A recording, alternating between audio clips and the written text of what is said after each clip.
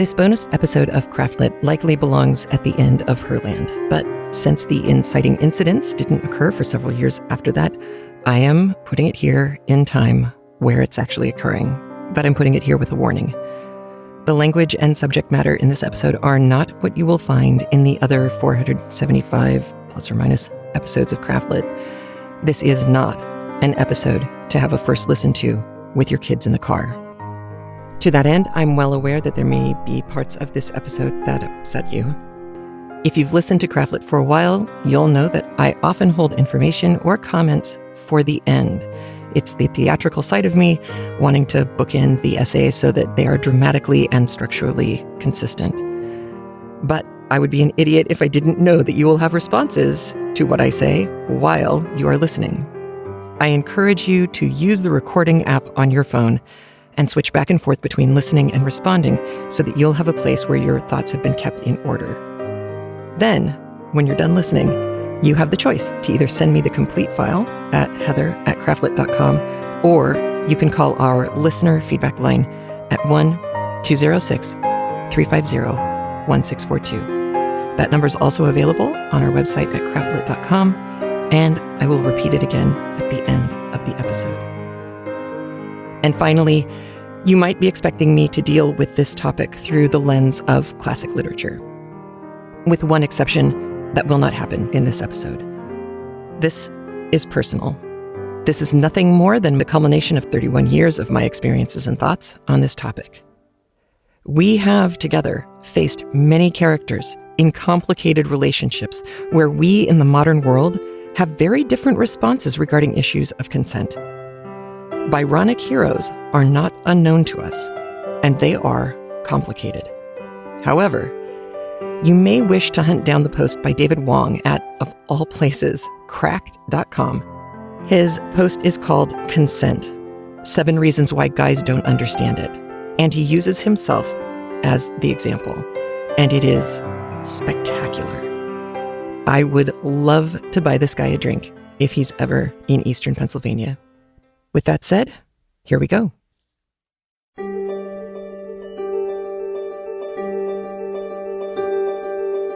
Welcome to CraftLit, the podcast for crafters who love books. My name is Heather Ordover, and I'm podcasting from where the Delaware River meets the Old York Road, New Hope, Pennsylvania. Episode 476, Predator Edition. Welcome to a special edition of CraftLit. Before I begin, I want to let you know there is a transcription of this over at craftlit.com/476. Included there are links out to everything I mentioned that is link toable in this episode. And this episode is going to be a little different, a lot different from our usual CraftLit episode.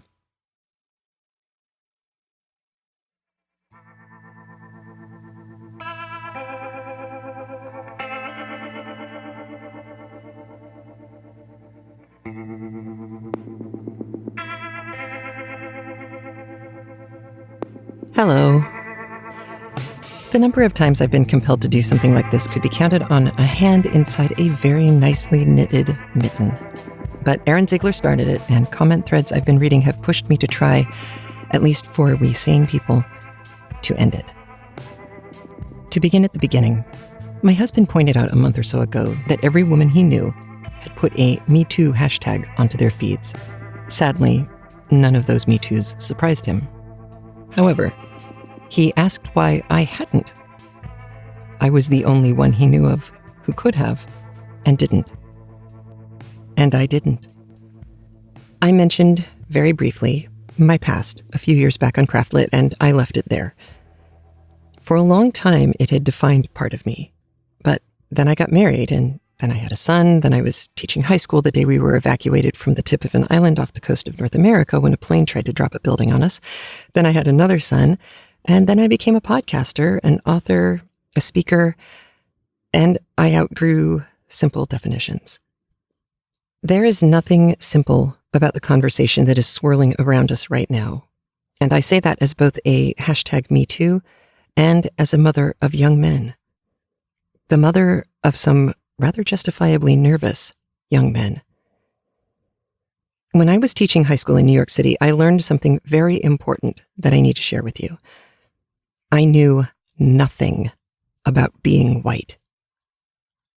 I mean, yes, if you've heard stupid shit white people say, you've probably laughed just like me.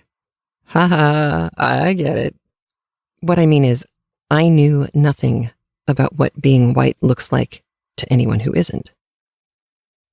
You might remember the spectacularly biting Saturday Night Live clip of Eddie Murphy when he did White Like Me, complete with what happens in the white world when anyone of color leaves the room.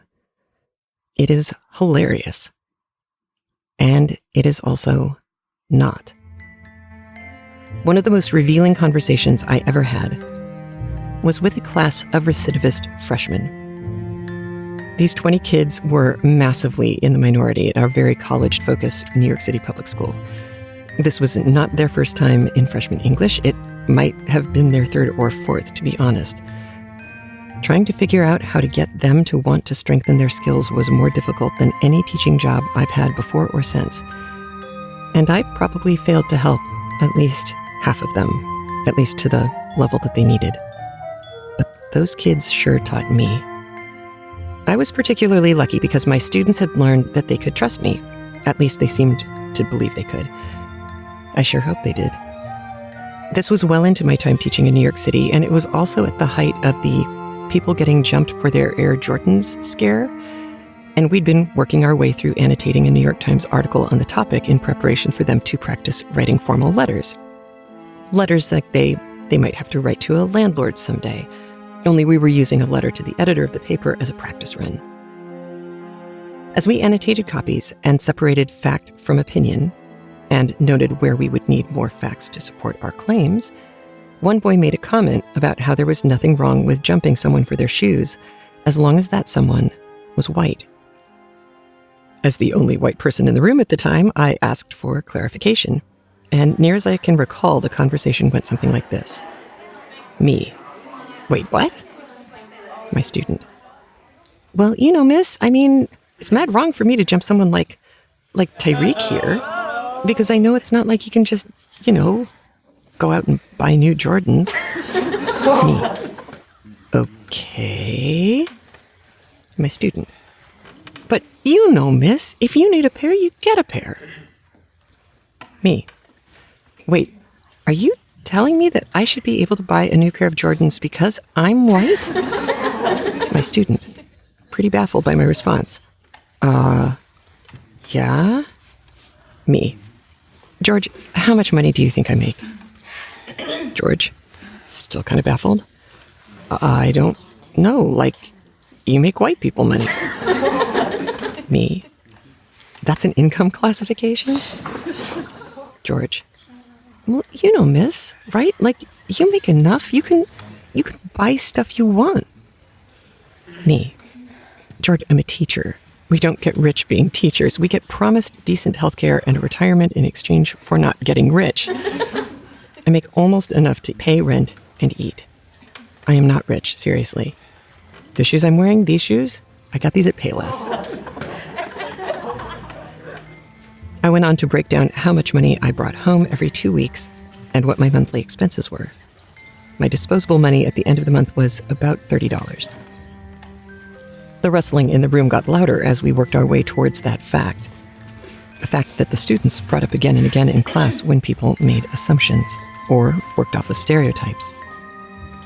As different as my life was from George's view of all white folks, his understanding of the differences of how white folks live from the people he grew up with in his neighborhood wasn't that far off. Things I saw our students do that I, at first, thought were so self-defeating, so working against their best interests, were, often as not, learned survival skills. We had a whole cross-section of girls who got to school late every day, the same amount of late every day. Why? Their moms and dads both worked, often more than one job, and frequently in overlapping shifts, which meant One adult was still on the way home from the late shift on public transit early in the morning when the other was leaving for an early shift. But there's baby. Baby has to go to daycare. Affordable daycare starts at the same time as school. Solution? The oldest daughter is responsible, and she'll be able to make up the work she misses at her school. Have her take the baby to daycare, then go to school. Someone else will pick the baby up so the oldest daughter can stay late and get help, have library access, or just a quiet place to study. Win-win. But it took several years for me to learn that. All the kids knew what was going on. All the kids knew how it worked. One girl was shocked that I needed to ask her because, duh, of course that's what was going on. Opening the door and coming into class late wasn't anything she needed to apologize or make excuses for, because it was just so obvious. Except it wasn't. To me. Just like how I thought Damani's audio essay a couple of years ago about the shootings in Dallas wasn't obvious. Just like what Louis C.K. revealed in his public statement published in the New York Times about the charges of sexual misconduct against him, his thoughts weren't obvious either. It's not about race. It's not about beauty. It is not about sex. It is not necessarily about gender. It is all about power. And this gets really tricky because even people with power never feel like they are the one in power. There's always someone richer, better, stronger, meaner, more ruthless, more threatening, better looking than they are. So if you try to have the conversation with them as though they've got more power than you, they'll just, what about that person at you, and blow everything you have to say off.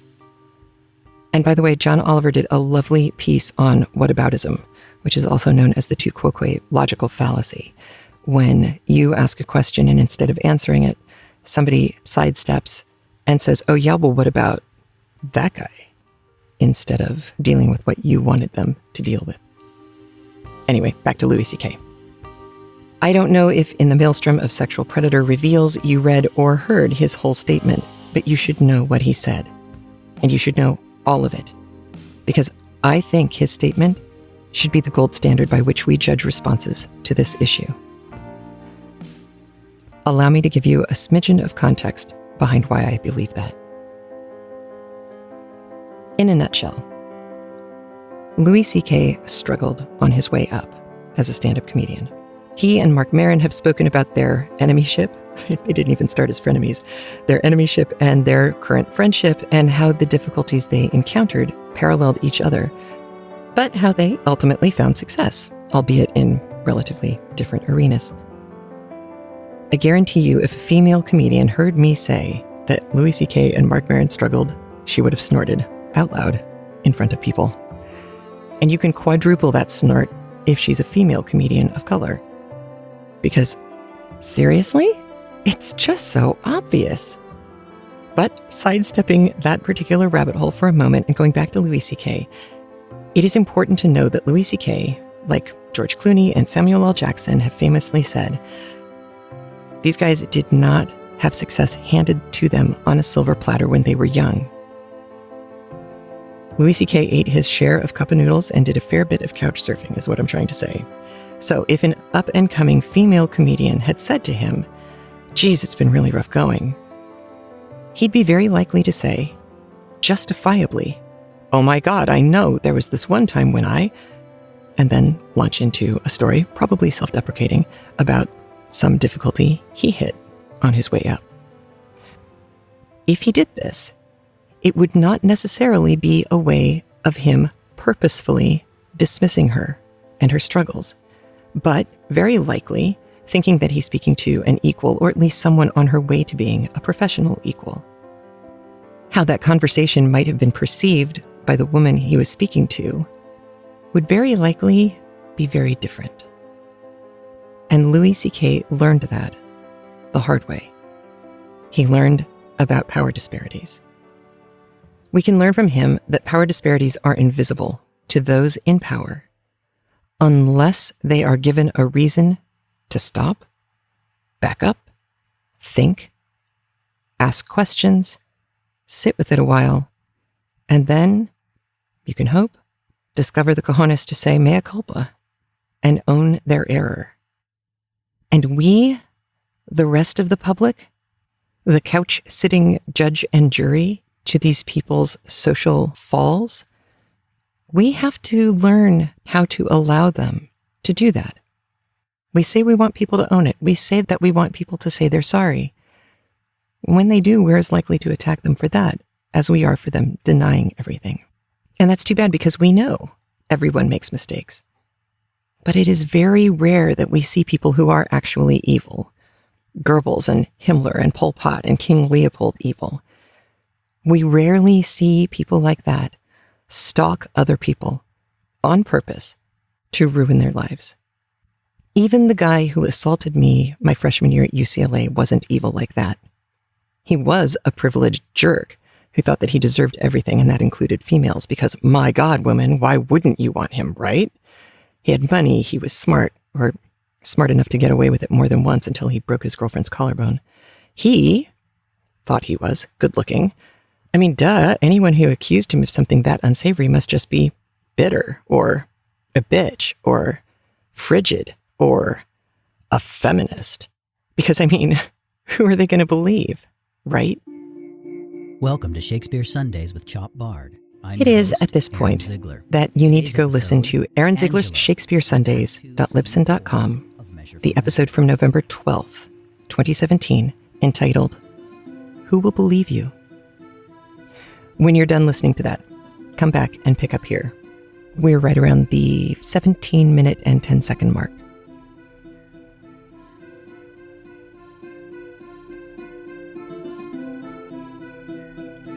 Welcome back. So, what have we learned? Sadly, we have learned that not that much has changed since 1604. Or more accurately, nothing much has changed since forever. But that isn't helpful, because I have raised two wonderful boys, one of whom isn't unnerved about going to college on his own, or of a possible terrorist attack, nearly as much as he is of putting a girl in a position where he thinks she wants him to kiss her, only to find that he's misread the situation and is now labeled a predator. And the way things are flying around now, I don't know that he's wrong to feel this way. If we can't tell the difference, we adults can't tell the difference between an adult predator of girls and young women, a predator so well known that a mall barred his entrance. If we can't tell the difference between that and a man finally getting it and owning what he did wrong, if we can't respect a man for taking ownership of what he's done wrong and vowing to try to do better, knowing full well that history has its eyes on him, then my son is right. He should be scared, or at least very, very nervous. But I think that's the wrong lesson we're supposed to be learning. If theater, TV, and film have taught us anything, it is that bad things happen when people don't say what they should say. If real life has taught us anything, it's that people can get punished for saying the right thing to the wrong person, and vice versa. And if literature has taught us anything, it is that we can't learn, grow, and become better, happier people if we don't listen to Atticus Finch. We need to walk a mile in the other person's shoes. I've been talking a lot about Louis C.K.'s statement, and before I read it to you, because I am going to, I do want to make it clear. I know that for years, Louis C.K. denied any of these allegations. I'm also aware that in Hollywood, he has a manager and an agent, and it wouldn't surprise me one bit if A, they were male, and B, they advised all of their clients who found themselves in situations like this to deny everything. Why? Because it's been a very, very effective tactic. All right, I'm going to read Louis C.K.'s most recent statement to you because you have to hear all of it for this last bit of today's episode to make sense. Louis C.K. said, I want to address the stories told to the New York Times by 5 women named Abby, Rebecca, Dana, and Julia, who felt able to name themselves, and one who did not. These stories are true. At the time, I said to myself that what I did was okay, because I never showed any woman my dick without asking first, which is also true. But what I learned later in life, too late, is that when you have power over another person, asking them to look at your dick isn't a question. It's a predicament for them. The power I had over these women is that they admired me, and I wielded that power irresponsibly. I have been remorseful of my actions, and I've tried to learn from them and run from them.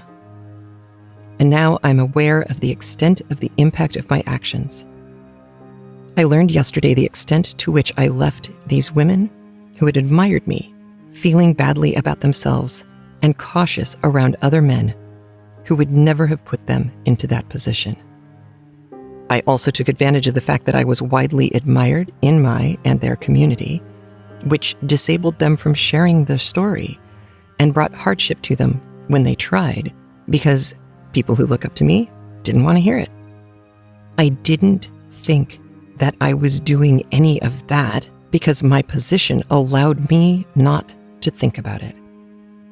There is nothing about this that I forgive myself for, and I have to reconcile it with who I am, which is nothing compared to the task I've left them with.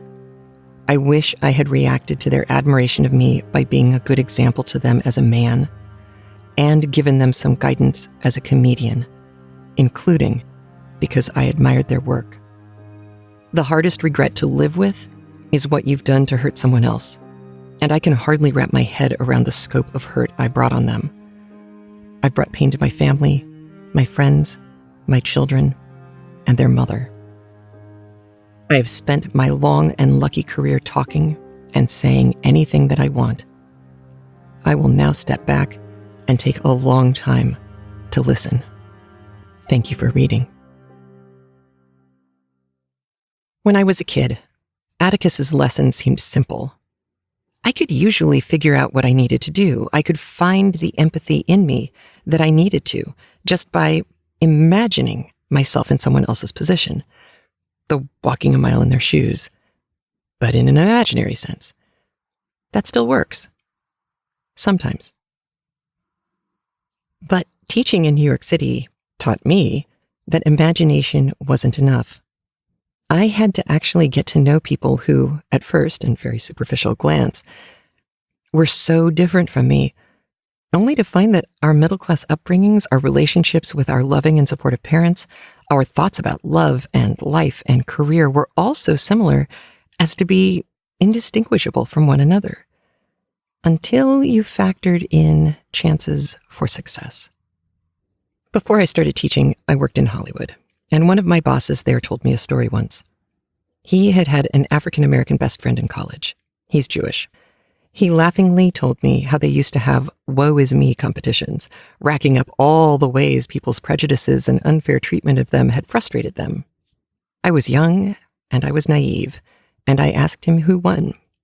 He stopped laughing and said, "We ended the competition when my friend pointed out that if the two of us were walking down the street, people might guess I was Jewish, but they knew he was black." In competitions like that, no one wins.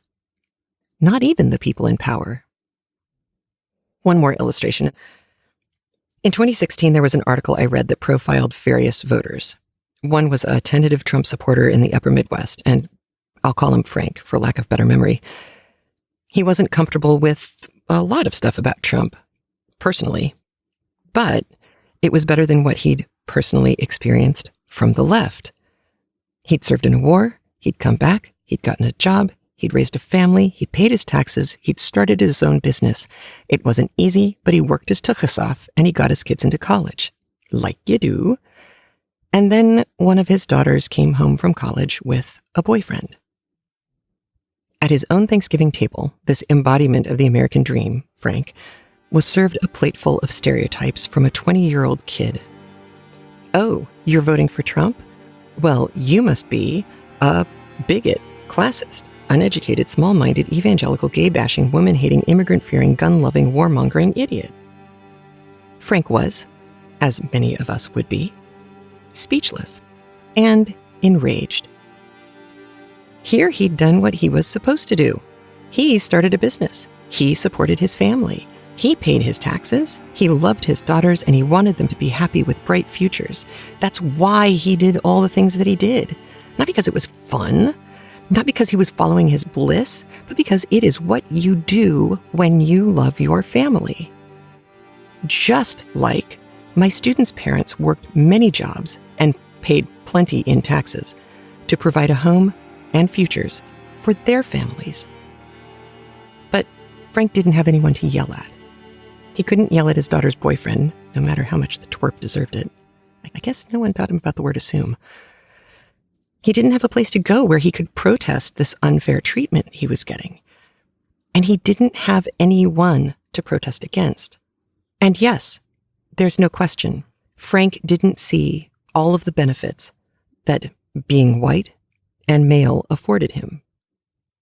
Again, to those with less power, his power is very obvious. To him, all he saw was how much work he had put in to creating a good and happy life for his family and his kids. So Frank was unhappy.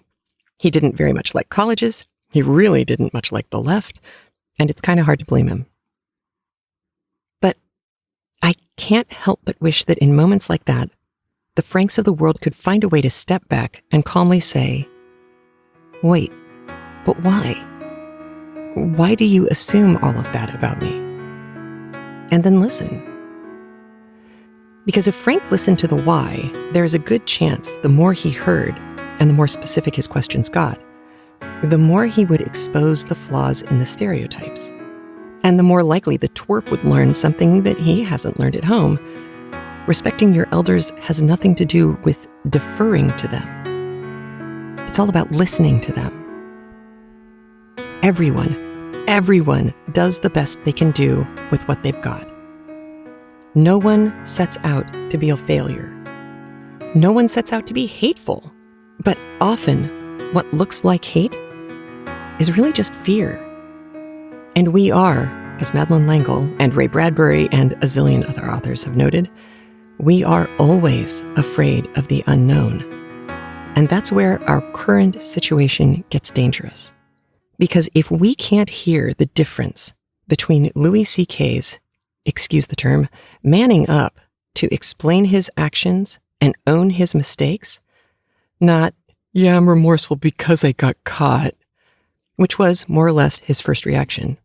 But if we can't hear a cogent and serious reflection on how these things can happen and why men simply do not see it, then we also won't see the danger inherent in someone who blames the victim, or shockingly blames religious bias, and denies any responsibility for their actions. And that's the way we perpetuate all of this. To be crystal clear, I am not talking about the more clear-cut violent crimes.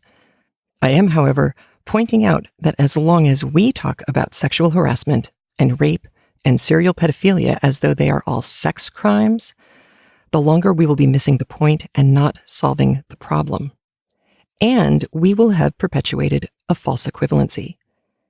The assault I suffered was a very different kind of crime from the assault survived by one of the young women in a support group that I eventually attended. She was attacked getting out of her car with her laundry basket, in sweats, no makeup, hair piled on top of her head. She was threatened at knife point. She was terrorized. Her case seems like a simple and clear-cut criminal assault.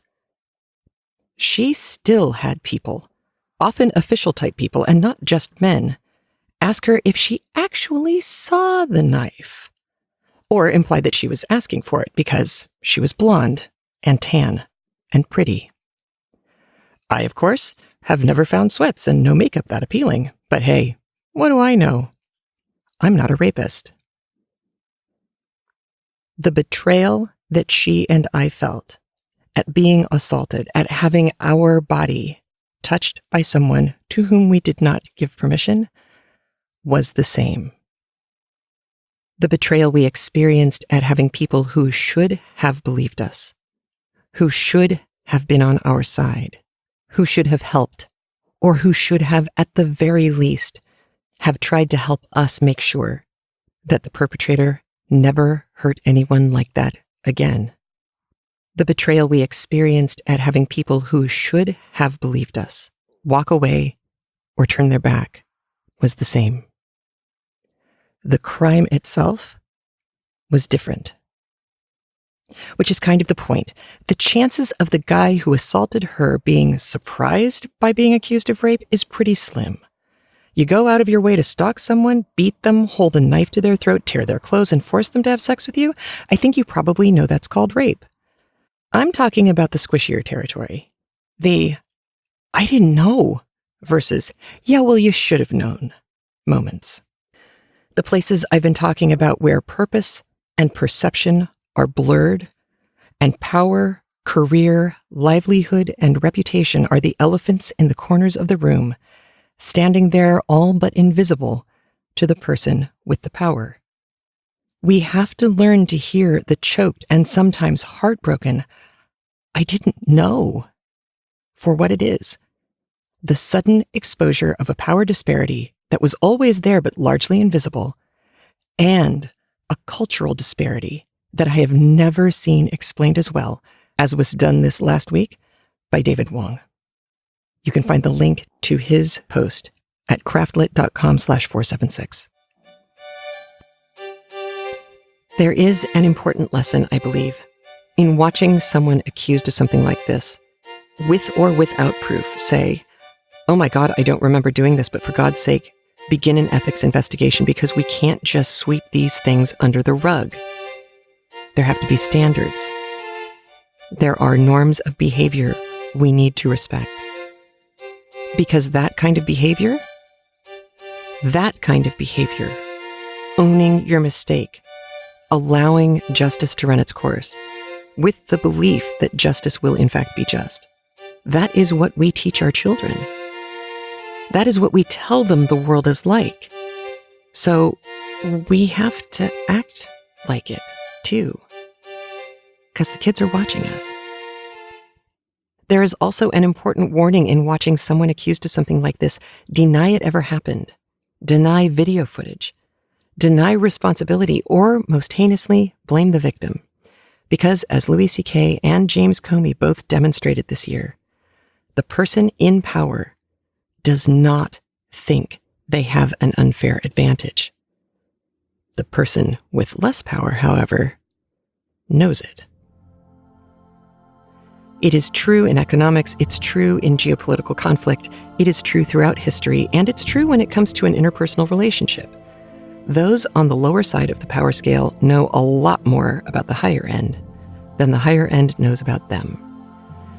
That's why America strides around the planet like a big teenage bully, not caring, not needing to care about how it's perceived. Since World War II, America has had the power. I hope that when the world shifts away from America in power, we can lose that bravado and learn how to deal with not being on top gracefully. I might be delusional, but I have to be hopeful because of my sons. I don't know that I can see a way through to a happy ending on the current spate of accusations. I'm not an apologist for the men being accused. I do think there is a scale of egregiousness and legality. However, I had a boss who once joked about me wearing a French maid's uniform at work. I laughed. I thought it was the stupidest thing I'd ever heard, and he laughed too. And we had a really spectacular working relationship for nearly 3 years. Did he ever touch me? Not once. Would he be in serious trouble nowadays for making the French maid joke? I'm afraid he would be. Even in 1989, he might have been if I'd taken him seriously. But I listened, and I watched him, and I heard that it wasn't a threat, and it wasn't a requirement. It wasn't even a legitimate or realistic request. It was a joke. No bathrobes were involved, no hotel room meetings. Not that there couldn't have been, this was Hollywood. But I've been lucky to work for and to work with honorable men my whole life. Karmic payback for having crossed paths with a sociopath in college? Perhaps. I like to think that I took what happened to me and learned some valuable lessons from it. Like trusting myself to know when it's time to go without worrying about being told that I was spoiling everyone's fun. Or trusting my gut to know that what I was walking into was not a safe situation without worrying that I'd be told I was being hysterical. And by not worrying about being called a bitch if I waited out backstabbers and betrayers from my life. One of the saddest things I heard in the last year was James Comey's testimony when he talked about begging the Attorney General to stay in the room, to not leave him alone with the president. Because he knew the power disparity there was real, and he didn't want to be alone without witnesses in case the president said something that would be either illegal or putting pressure on him in a way that could lead to things that were illegal.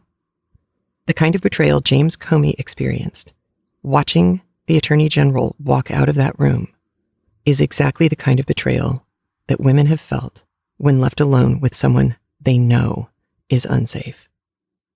It's the closing of the door that is the most terrifying. Because at that point, there is almost nothing you can do to win. Society will label you with one negative no matter which way you come out of that room. You can be a frigid bitch, or you can be a whore. What you can't be is deaf.